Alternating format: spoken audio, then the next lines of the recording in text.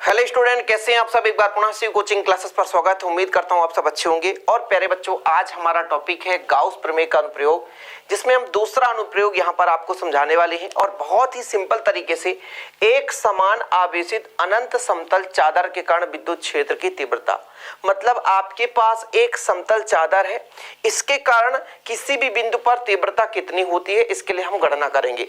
Video को अंत तक देखिएगा। अभी आपका एक समतल चादर है, अगले लेक्चर में हम दो समतल चादर का करा देंगे। दो समतल चादर है, उस पर किसी भी बिंदु पर तीव्रता कितना निकल कर आता है वो चीज निकालेंगे। तो एक आवेशित धनावेशित है, यानी धन हो सकता है, कोई भी आवेश हो सकता है, लेकिन हम धनावेश लेकर चलेंगे। अनंत समतल चादर, तो हम एक छोटा सा पहले चादर बना लेते हैं, तब आपको समझ में आएगा कि ये भैया चादर है। देखो जरा, थोड़ा सा यहां पर मान के चलता हूं, ऐसा इस प्रकार से एक चादर बना लेते हैं। ठीक, एक चादर बन गया। ठीक है, ये क्लियर है। एक चादर और आप बड़ा बना सकते हो तो बना लो, थोड़ा समझने में आसान होगा। एक समतल चादर है, इसको मैंने दे दिया ए बी सी डी। ये समतल चादर है और आवेशित है, मतलब इस पर कहीं ना कहीं आवेश है। क्या है? आवेश है। तो आप आवेश बना दें, ये आवेश है। फिर आगे हम और बनाएंगे, बिल्कुल आप चिंता ना करो। ये धनावेश समान रूप से वितरित है। ठीक है, तो हम लिखेंगे वही जो डायग्राम में बना रहे होते हैं कि हमारे पास एक समतल चादर एबीसीडी है। अब बोला है आवेशित अनंत समतल चादर के कारण विद्युत क्षेत्र की तीव्रता। हम यहाँ पे एक केंद्र बिंदु मान के चलते हैं, एक सेंटर बिंदु मानकर चलते हैं यहाँ पे। और इस सेंटर बिंदु से हम एक बिंदु ले लेते हैं पी। क्या? पी ले लेते हैं। मतलब यहां से यहां तक यदि मैं आपसे कहूं दूरी बताओ, तो आप बता दो स्मॉल आर। कोई दिक्कत? ठीक है, तो हमने क्या ले लिया, थोड़ा सा यहां पर ले लेता हूं। माना, देखो, माना एबीसीडी आवेशित समतल चादर है। अनंत नहीं कह रहा हूं क्योंकि अनंत लिया ही नहीं हूं।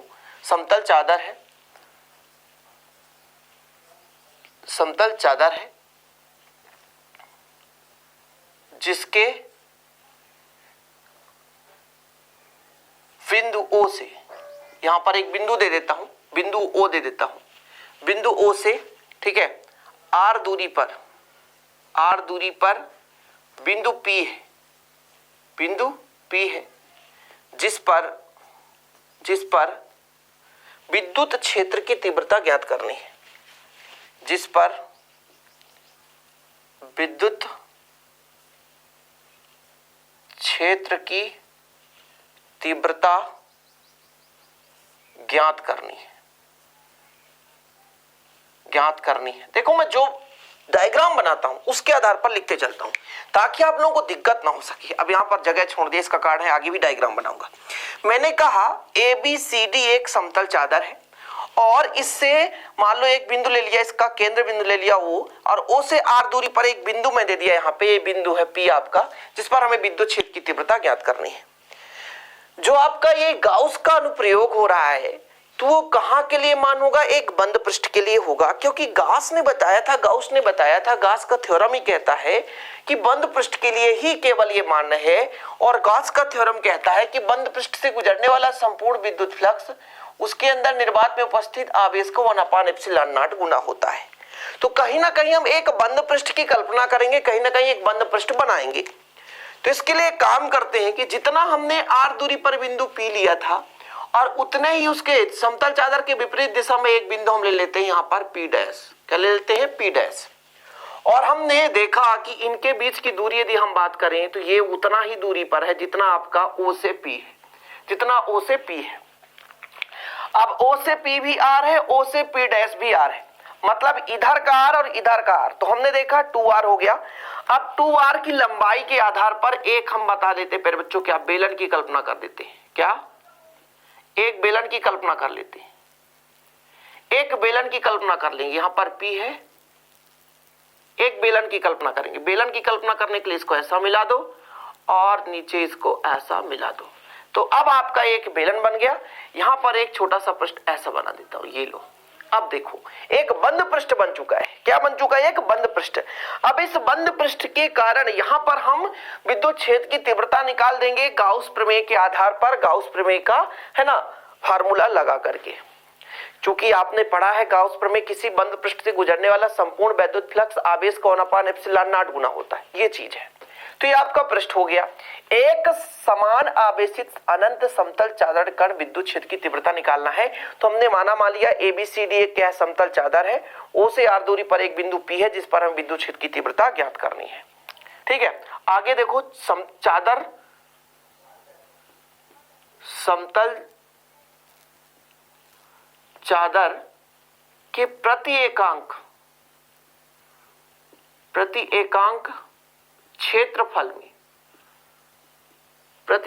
क्षेत्रफल में उपस्थित आवेश सिग्मा है। प्रति एकांक क्षेत्रफल में आवेश को हम क्या बोलते हैं? पृष्ठीय आवेश घनत्व, जिसे सिग्मा दर्शाते हैं, सिग्मा है। तब देखना जरा क्या बोला है? प्रति एकांक आवेश। देखो जरूरत पड़ेगा प्रति एकांक आवेश, प्रति एकांक क्षेत्रफल पे उपस्थित आवेश की मात्रा। यदि मैं आपसे कह दूं कि बच्चा लोग Q का मान निकालो तो सिग्मा A, ये आपको जरूरत पड़ेगा। इसको आप समीकरण 1 दे सकते हो। ठीक है, क्यों मैं कह रहा हूं कि आपने जब पढ़ा था रेखीय आवेश घनत्व, पृष्ठीय आवेश घनत्व, ठीक है, क्या है? पृष्ठीय आवेश घनत्व क्या बोला है? समतल चादर के प्रति एकांक क्षेत्रफल में उपस्थित आवेश सिग्मा है। तब ये प्रति एकांक क्षेत्रफल पर उपस्थित आवेश, ठीक है, सिग्मा कहलाएगा। प्रति एकांक क्षेत्रफल पर उपस्थित आवेश सिग्मा कहलाएगा, जो पृष्ठीय आवेश घनत्व के बराबर होता है। क्या होता है? पृष्ठीय आवेश घनत्व के बराबर होता है। ठीक है, क्लियर है? कोई दिक्कत? यहां पर आप लिख लो प्रति एकांक क्षेत्रफल में उपस्थित आवेश घनत्व, तब थोड़ा मजा आएगा, है ना। आवेश घनत्व यदि आप लिख लोगे तो दिक्कत नहीं, सिग्मा है। तब सिग्मा बराबर प्रति एकांक क्षेत्रफल में उपस्थित आवेश की मात्रा पृष्ठीय आवेश घनत्व कहलाता है। ओके, यहां तक क्लियर है? यहां तक समझ में आया? हमने क्या कहा? ABCD एक समतल चादर है जो कि आवेशित है। इसके केंद्र या सेंटर बिंदु O से हमने एक बिंदु P ले ली, कितने दूरी पर? R दूरी पर, जिस पर हमें विद्युत क्षेत्र की तीव्रता ज्ञात करनी है। ठीक है, यहां तक क्लियर? अब मैंने कहा समतल पृष्ठ के प्रति एकांक क्षेत्रफल पर उपस्थित आवेश घनत्व सिग्मा है। तब प्रति एकांक क्षेत्रफल पर उपस्थित आवेश को हम पृष्ठीय आवेश घनत्व कहते हैं। तो Q बराबर आ गया सिग्मा A आ गया। ठीक है, आगे देखो जरा, थोड़ा सा आप देखना। समतल चादर के दूसरी ओर R दूरी पर P डैश इस प्रकार लेते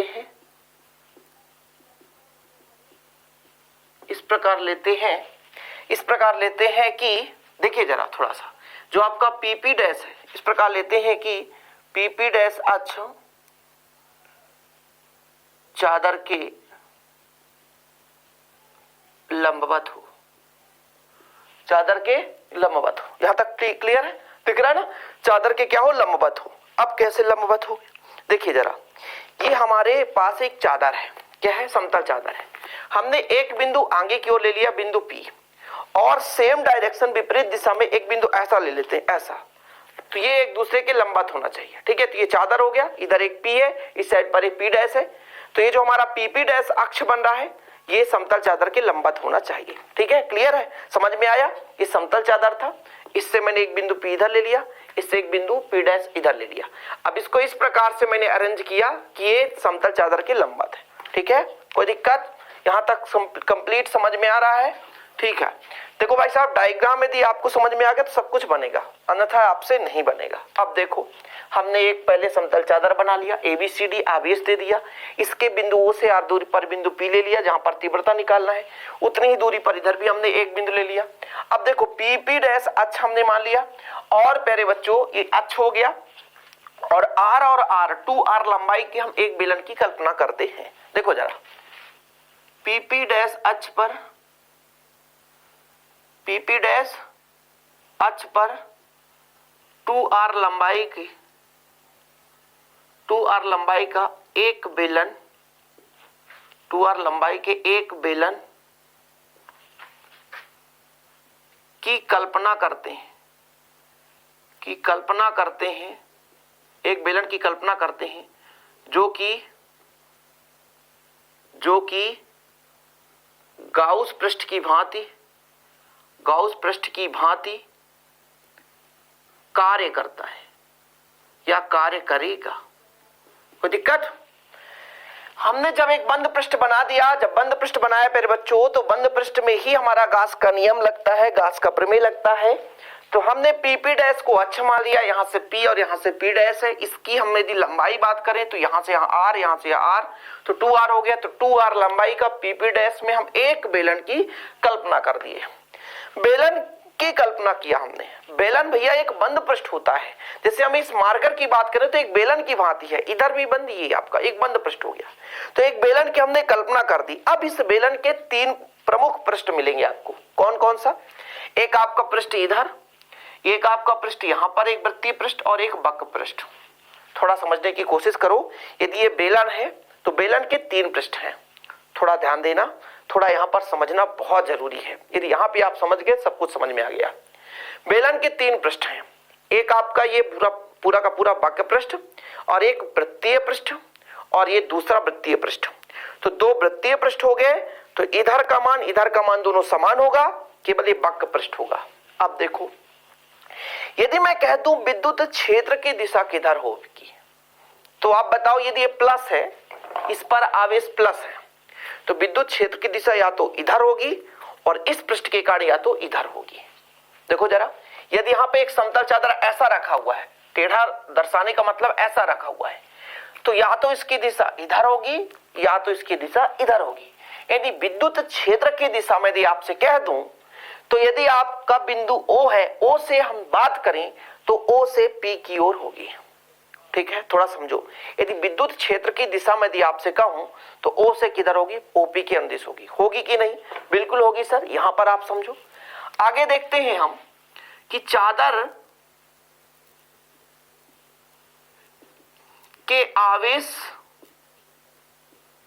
के कारण विद्युत क्षेत्र की दिशा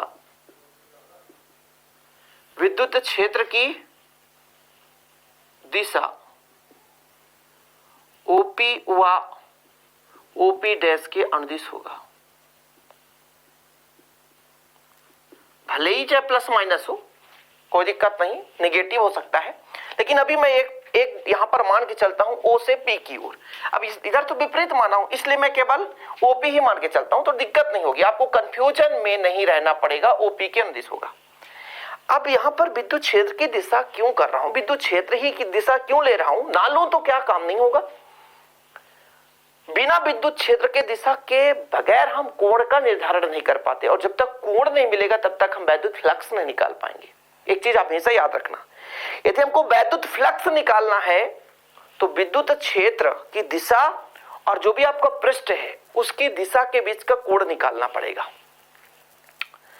OP के अनुदिश है, तो जब मैं यदि आपसे कह दूं कि ये जो पृष्ठ होगा, इसकी दिशा भी आगे की ओर होगी कि नहीं? क्षेत्रफल की दिशा आगे की ओर होगी और तीव्रता की भी दिशा इधर होगी। तब इसके बीच कोण कितना बनेगा? 0 डिग्री बनेगा। बिल्कुल सर सही है, एक ही दिशा पे चल रहे हैं। अब यदि मैं कह दूं यहां पे तीव्रता इधर चल रहा है, लेकिन ये जो पृष्ठ है, इस पृष्ठ का क्षेत्रफल जो क्षेत्र सदिश है ऊपर की ओर होगा, ऐसा, तो इनके बीच जो कोण बनेगा वो कितना डिग्री बनेगा? 90 डिग्री बनेगा। फिर से समझने की कोशिश करो आप लोग। ये आपका बेलन है, तीव्रता इधर है, तीव्रता की दिशा इधर है, ठीक है, और इस क्षेत्र का भी क्षेत्र सदिश इधर होगा, तो कोण कितना बनेगा? 0 डिग्री। लेकिन मैं यदि यहां पे बात करूं तो ये जो पृष्ठ है इसकी दिशा, तो पृष्ठ की दिशा इधर है, पृष्ठ की दिशा इधर है। थोड़ा समझो, पृष्ठ की दिशा ऊपर की ओर है लेकिन विद्युत क्षेत्र की दिशा इधर है, तो फिर कितना डिग्री कोण बनेगा? 90 डिग्री। मतलब यदि पृष्ठ में बात करूं, पृष्ठ में जो वक्र पृष्ठ है, इस वक्र पृष्ठ का जो क्षेत्र सदिश है और जो विद्युत क्षेत्र की जो दिशा है, इनके बीच 90 डिग्री बनेगा। और प्यारे बच्चों, जब इन पृष्ठ की बात करूंगा, जो वृत्तीय पृष्ठ है, ये जो कौन सा पृष्ठ है? वृत्तीय पृष्ठ है। तो वृत्तीय पृष्ठ में पृष्ठ की दिशा आगे की ओर होगी, इधर भी आगे की ओर होगी, ठीक है। आगे की ओर होंगी कि नहीं, इधर भी आगे की ओर होगी, ओपी डैश के भी अनुदिश हो सकता है विद्युत क्षेत्र की दिशा। तो यदि मैं आपसे कह दूं इधर आगे की ओर विद्युत क्षेत्र, इधर भी आगे की ओर, और क्षेत्रफल भी आगे, क्षेत्रफल की दिशा भी आगे, तो बीच कितना बनेगा 0 डिग्री। क्लियर है? यानी यदि पृष्ठ की बात करूं तो यहां लंबवत होगा, विद्युत क्षेत्र तो ऐसा ही है, तो इस पृष्ठ की बात करूं तो क्षेत्र सदिश ऐसा होगा तो 90 डिग्री बनेगा क्षेत्र सदिश, यानी क्षेत्रफल और आपका तीव्रता के बीच। और इनकी बात करूं तो क्षेत्रफल का यदि इसका डायरेक्शन इधर है तो तीव्रता भी इधर है प्लस आविष्करण, इधर क्षेत्रफल का डायरेक्शन तो तीव्रता भी इधर है, इसलिए वहां पर 0 डिग्री बनेगा। क्लियर? तो देखो जरा, अब मैं कह दूं कि ये आपका पृष्ठ है, ds है, और ये ऐसे ही तीव्रता होगी। मैं एक कल्पना कर रहा हूं, मतलब यहां पे नहीं कह रहा हूं, तो यहां पर आप देखो, यहां पर देखो आप लोग, ठीक है। ये जो आपका पृष्ठ है और तीव्रता है, पृष्ठ और तीव्रता समांतर है, तो इनके बीच कोण 90 डिग्री बनेगा, क्षेत्र सदिश। यहां पे बहुत बड़ा कंफ्यूजन है यार, बहुत बड़ा कंफ्यूजन है, जो सबके मन में हमेशा डाउट बना रहता है। थोड़ा सा समय लूंगा ताकि आप लोगों का एक भी क्वेश्चन ऐसा ना रह जाए जो आपके मन में डाउट रहे। देखो जरा, अब मैं कहता हूं कि भाई साहब ये आपका क्षेत्र वक्र पृष्ठ, क्या है, वक्र पृष्ठ, वक्र पृष्ठ है ना, और यहां पे तीव्रता की दिशा है। तो यदि मैं कह दूं आपसे कि वक्र पृष्ठ जो समांतर है तीव्रता के, जी सर हाँ, लेकिन वक्र पृष्ठ का एकांक सदिश में दिशा निकालूं, यदि डायरेक्शन निकाल दूं, तब जो E है और ds के बीच, E और ds के बीच जो थीटा है वो 90 डिग्री बन रहा है। तब वो मैं क्या बता रहा हूं, वक्र पृष्ठ समांतर है विद्युत क्षेत्र के, वक्र पृष्ठ समांतर है विद्युत क्षेत्र के, ना कि वक्र पृष्ठ का एकांक सदिश समांतर है। इसलिए जो वक्र पृष्ठ का जो दिशा बताएगा वो विद्युत क्षेत्र के साथ 90 डिग्री कोण बनाएगा, और आपका जो वक्र पृष्ठ है वो विद्युत क्षेत्र के साथ समांतर है। फिर से समझ लो, बार बार कहता हूं, समझाने के लिए कोशिश कर रहा हूं, आप लोग समझो तो जरा। ये आपका वक्र पृष्ठ है, ये विद्युत क्षेत्र के समांतर है, लेकिन जो उसकी दिशा है, जो सदिश बता रहा है वो 90 डिग्री। इसलिए तुम बता रहा हूं कि इस पृष्ठ की दिशा ऊपर की ओर होगी, तीव्रता इधर होगी, तो 90 डिग्री बनेगा। लेकिन इस बेलन का वक्र पृष्ठ तीव्रता के समांतर है। समझ में आया? समझ में आ गया होगा इतना। देखो भाई साहब, थोड़ा सा समझना पड़ता है, मेहनत करना पड़ता है, तभी मजा आता है। ठीक है, चलो अब देखो मैं यहां पे लिखूंगा, क्या लिखूंगा, लिख दो ना सर, जबरदस्ती है। बेलन का वक्र पृष्ठ, बेलन का वक्र पृष्ठ, वक्र पृष्ठ, ये वक्र पृष्ठ विद्युत क्षेत्र के क्या है, विद्युत क्षेत्र के समांतर है। क्या है, समांतर है, समांतर है, हाँ सर समांतर है, वक्र पृष्ठ क्षेत्र के समांतर है, ना कि उसकी दिशा की मैं बात कर रहा हूं। तब वक्र पृष्ठ से गुजरने वाला वैद्युत फ्लक्स, वैद्युत फ्लक्स कैसे होगा जरा देखिएगा, कैसे हो जाएगा, ऐसा होता है, हाँ सर। इसको जब हम तोड़ेंगे तो फ्लक्स की बात करूं तो E ds cos 90 डिग्री, क्या, cos 90 डिग्री, और cos 90 का मान 0, तो कुल मिलाकर ये 0 आ गया, कुछ नहीं। ये आपके वक्र पृष्ठ का आ गया, वक्र पृष्ठ का हमें प्राप्त हो गया ये वक्र पृष्ठ। और यदि अल्प के लिए किए थे तो हम यदि बड़े से क्षेत्र के लिए करेंगे तो समाकलन लगा देंगे, कोई दिक्कत नहीं, खत्म कहानी। cos 90 का मान 0 होता है, cos 90 इक्वल 0 डिग्री, ये आप लोग याद कर लो, ये आप लोग याद कर लो, लिख लो भाई साहब, cos 90 का मान 0 डिग्री होता है। क्लियर है? आगे चले, ठीक। देखो स्क्रीनशॉट लेना आपका काम है, स्क्रीनशॉट यदि आप नहीं ले रहे हैं तो फिर बहुत बड़ी भूल कर रहे हैं, बहुत बड़ी गलती कर रहे हैं आप। ठीक, चलो आगे देखना। हमने यहाँ पे 90 डिग्री बोला, समांतर समांतर में तो 0 डिग्री। मैं ये कह रहा हूं कि ये वक्र पृष्ठ विद्युत क्षेत्र के समांतर है, क्षेत्र सदिश सदिश की बात करूं तो फिर 90 डिग्री बन रहा है। ठीक है, कोई दिक्कत? आगे देखो जरा, ठीक, थोड़ा देखिएगा। बेलन के दोनों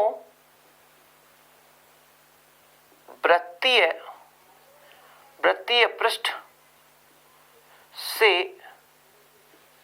गुजरने वाला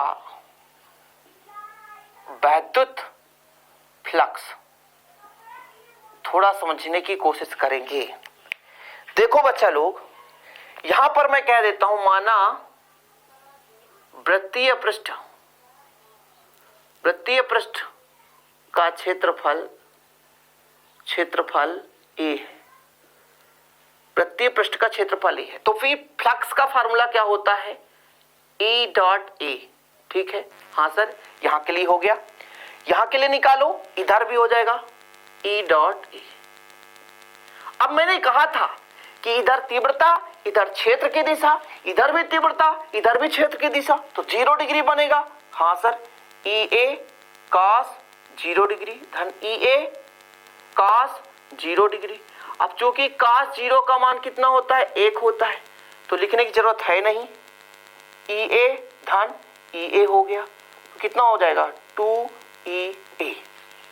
ये कहां का फ्लक्स आया? ये केवल आया इस वृत्तीय भाग और इस वृत्तीय भाग का। और ये कहां का आया? ये पूरे वक्र पृष्ठ का आ गया।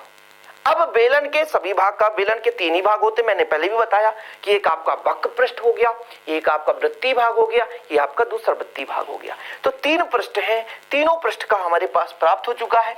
तो आगे चलकर डायग्राम की आवश्यकता तो अब बिल्कुल नहीं पड़ने वाली है। ठीक, चलो आगे चलकर यदि हम निकालें कि बेलन का कुल फ्लक्स कितना होगा, है ना, जो हमने बेलन निकाला था उसका कुल फ्लक्स कितना होगा, इस प्रकार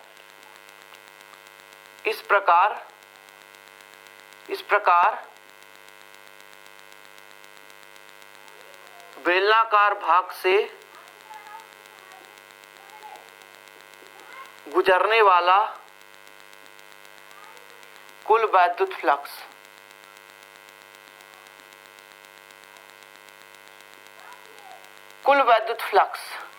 कुल के लिए हम फाई का प्रयोग करेंगे। देखो जरा, जो आपका वक्र पृष्ठ था उसका 0 आ गया था और आपका 2EA आया ना? हाँ सर, तो फाई E बराबर आपका निकल कर आ गया 2EA। ठीक, ये आपका आ गया समीकरण 1 था ना, समीकरण 2 आ गया। समीकरण 1 था, जरूरत पड़ेगा, हमने वहां पर देखा था समीकरण 1, वो भी हम आपको बताएंगे। किंतु गाउस के प्रमेय से,